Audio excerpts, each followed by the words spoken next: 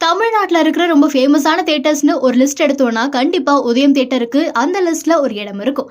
இந்த தியேட்டர்ல படம் பார்த்தவங்க பார்க்காதவங்கன்னு எல்லாருக்குமே ரொம்ப பரிட்சயமான பேர் தான் உதயம். அண்ட் அது மட்டும் இல்லாம இந்த தியேட்டரோட பேரை தெரிஞ்சுக்க நம்ம சென்னை வாசியா இருக்கணும்னு அவசியமே கிடையாது. உதயம் தியேட்டர்ல என்னுடைய இதயத்தை தொலைச்சேன்னா அந்த ஒரு பாட்டே போதும் இந்த தியேட்டரோட புகழ பாடு.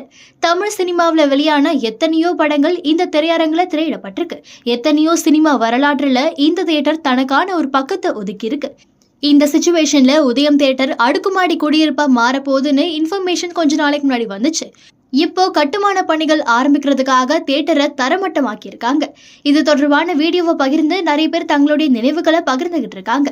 இப்ப பாத்தீங்கன்னா உதயம் தியேட்டர் இடிக்கப்பட்ட அந்த ஒரு வீடியோவை எக்ஸ் பேஜ்ல போஸ்ட் பண்ணது மட்டும் இல்லாம தனக்கும் உதயம் தியேட்டருக்கும் இருக்க ஒரு கனெக்டிவிட்டி பாண்டை பத்தி ஆக்டர் ஸ்ரீமான் ரொம்ப அழகா ஒரு போஸ்ட் போட்டிருக்காரு. அந்த வீடியோவில் பார்த்தீங்கன்னா உதயம் தேட்டரில் எவ்வளவோ நினைவுகள்.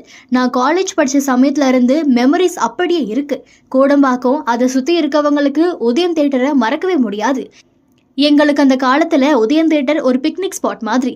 ஆனால் இப்போ உதயம் தேட்டரே இல்லை. எவ்வளோ நாள் மூடி இருக்கும்போது கூட ஒரே ஒரு நாளாவது திறந்துட மாட்டாங்களான்னு ஒரு குட்டி நம்பிக்கையோட இருந்தேன். இப்போதான் நியூஸை பார்த்தேன், அது தரமட்டம் ஆகிருச்சு. உதயம் தேட்டரோட நிறைய நினைவுகள், அதை ஷேர் பண்ணிக்கணும்னு நினைச்சேன். உதயம் தேட்டர் எப்பவுமே நம்ம மனசுல இருக்கும்னு பேசியிருக்காரு. அது மட்டும் இல்லாம டெக்ஸ்டா என்ன போட்டிருக்காருன்னு பாத்தீங்கன்னா, உதயம் தரைமட்டம் ஆகிருச்சு. எத்தனை பேரோட வாழ்க்கையில வெளிச்சம் ஏற்படுத்தின ஒரு கட்டிடம் இது. இனி நினைவுகளிலும் கூகுள்ல மட்டும்தான் அப்படின்னு குறிப்பிட்டு தன்னோட வருத்தத்தை ஆக்டர் ஸ்ரீமான் பதிவு செஞ்சிருக்காரு.